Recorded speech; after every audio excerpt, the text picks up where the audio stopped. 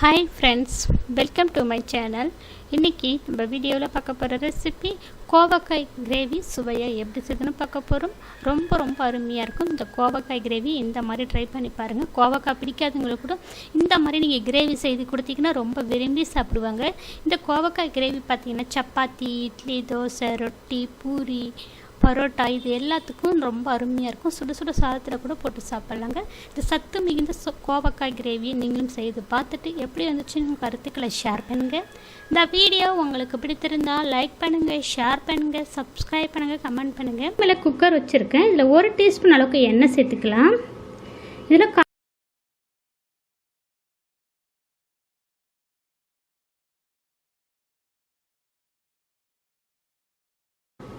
நல்லா ஒரு 3 நிமிஷத்துக்கு வதக்கியாச்சுங்க. இப்போ இது தனியாக ஒரு பிளேட்டுக்கு மாற்றிக்கலாம். கிலோ அளவுக்கு கோவக்காய் கட் பண்ணிட்டு இப்போ அதே குக்கர்லேயே 3 டீஸ்பூன் அளவுக்கு எண்ணெய் சேர்த்துருக்கேன். 4 நிமிஷத்துக்கு நல்லா ஃப்ரை. இப்போ இதில் ஓல் கரம் மசாலா சேர்த்துக்கலாம். பட்டை, கிராம்பு, ஏலக்காய், கல்பாசி கொஞ்சமாக சேர்த்துருக்கேன். 1/2 டீஸ்பூன் சோம்பு, பிரிஞ்சி இலை இது எல்லாம் சேர்த்து பொரிஞ்சதும் 2 பெரிய சைஸ் வெங்காயம் கட் பண்ணிட்டு சேர்க்குறேன். வெங்காயத்தை நல்லா ப்ரௌன் ஆகிற அளவுக்கு வதக்கி எடுத்துக்கலாம். நல்லா வதங்கி வரட்டும் ஒரு 3 நிமிஷத்துக்கு. இப்போ பார்த்தீங்கன்னா வெங்காயம் நல்லா வதங்கிடுச்சுங்க. இந்த டைமில் 2 தக்காளி பழம் சேர்த்துக்கலாம். கொஞ்சமாக கருவேப்பிலை சேர்த்துக்கலாம். இப்போ இதை சேர்த்து நல்லா மிக்ஸ் பண்ணிக்கோங்க. இப்போ இது கூடவே இஞ்சி பூண்டு பேஸ்ட்டு சேர்த்துக்கலாம். 1 டீஸ்பூன் அளவுக்கு இஞ்சி பூண்டு பேஸ்ட்டு சேர்த்துருக்கேன். இப்போ இதை சேர்த்து நல்லா மிக்ஸ் பண்ணிக்கோங்க. இப்போ மிக்ஸ் பண்ணி இது நல்லா வதங்கி வரட்டுங்க. இந்த கிரேவிக்கு பேஸ்ட்டு ரெடி பண்ணிக்கலாம். மிக்ஸி ஜாரில் 3 டீஸ்பூன் அளவுக்கு வறுத்த வேர்க்கடலை தோலை நீக்கிட்டு சேர்க்குறேன். 1 டீஸ்பூன் கசகசா, 1/2 டீஸ்பூன் சோம்பு, ஒரு 5-6 முழு முந்திரியை சேர்த்துருக்கேன். ஒரு 1/4 மூடி அளவுக்கு தேங்காய் சீல் சேர்த்துக்கலாம். இதில் கொஞ்சமாக தண்ணியும் சேர்த்துக்கணும், ஒரு 1/4 டம்ளருங்க.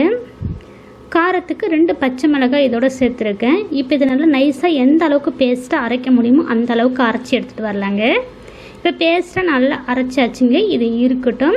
இப்போ வெங்காயம் தக்காளிலாம் நல்லா வதங்கிடுச்சு. இந்த டைமில் சேர்த்து நல்லா மிக்ஸ் பண்ணிக்கலாங்க. இப்போ இதை மிக்ஸ் பண்ணதுக்கப்புறம் இதில் 1/4 டீஸ்பூன் மஞ்சள் பொடி, 1/2 டீஸ்பூன் அளவுக்கு தனி மிளகாத்தூள், வதக்கி வச்சு 3/4 டீஸ்பூன் அளவுக்கு மல்லித்தூள் சேர்த்துக்கலாம்.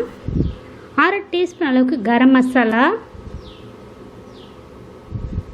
இப்போ தேவைக்கேற்ப உப்பு சேர்த்துக்கலாங்க.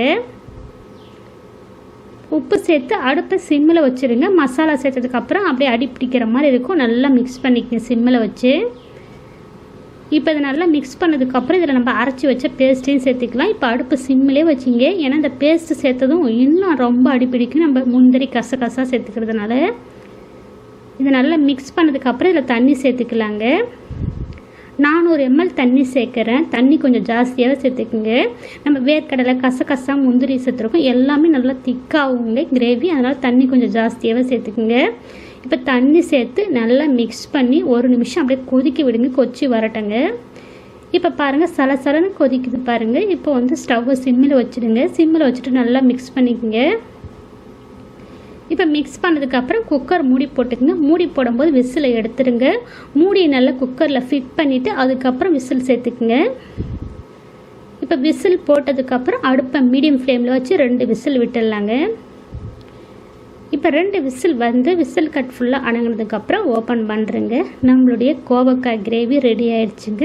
அந்த மூடியை ஓப்பன் பண்ணும்போது வீடு ஃபுல்லாக கமன்னு அவ்வளோ ஒரு வாசமாக இருந்துச்சுங்க. கண்டிப்பாக ஃப்ரெண்ட்ஸ் இந்த கோவக்காய் கிரேவி செய்து பாருங்கள். வாசனைக்கு கொஞ்சமாக மல்லித்தழை சேர்த்து சுட சுட பரிமாறுங்க. சப்பாத்திக்கு அவ்வளோ பிரமாதமாக இருந்துச்சுங்க. கோவக்காய் பிடிக்காதவங்களுக்கு கூட இந்த முறையில் நீங்கள் கிரேவி செஞ்சு கொடுத்தீங்கன்னா ரொம்ப விரும்பி சாப்பிடுவாங்க.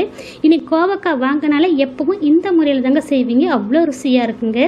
சப்பாத்தி, இட்லி, தோசை, நான், ரொட்டி, அப்புறம் சுட சுட சாதத்தில் போட்டு சாப்பிட்டாலும் அவ்வளோ ருசியாக இருக்குங்க. இந்த வீடியோவை பார்த்துட்டு இதே முறையில் இதே அளவுகளோட இந்த கோவக்காய் கிரேவி நீங்களும் ட்ரை பண்ணி பாருங்கள். செஞ்சு பார்த்துட்டு எப்படி வந்துச்சுன்னு உங்கள் கருத்துக்களை ஷேர் பண்ணுங்கள். இந்த வீடியோ உங்களுக்கு பிடிச்சிருந்தா லைக் பண்ணுங்கள், ஷேர் பண்ணுங்கள், சப்ஸ்கிரைப் பண்ணுங்கள், கமெண்ட் பண்ணுங்கள். இந்த வீடியோவை முழுமையாக ஸ்கிப் பண்ண பார்த்ததுக்கு நன்றி. வணக்கம்.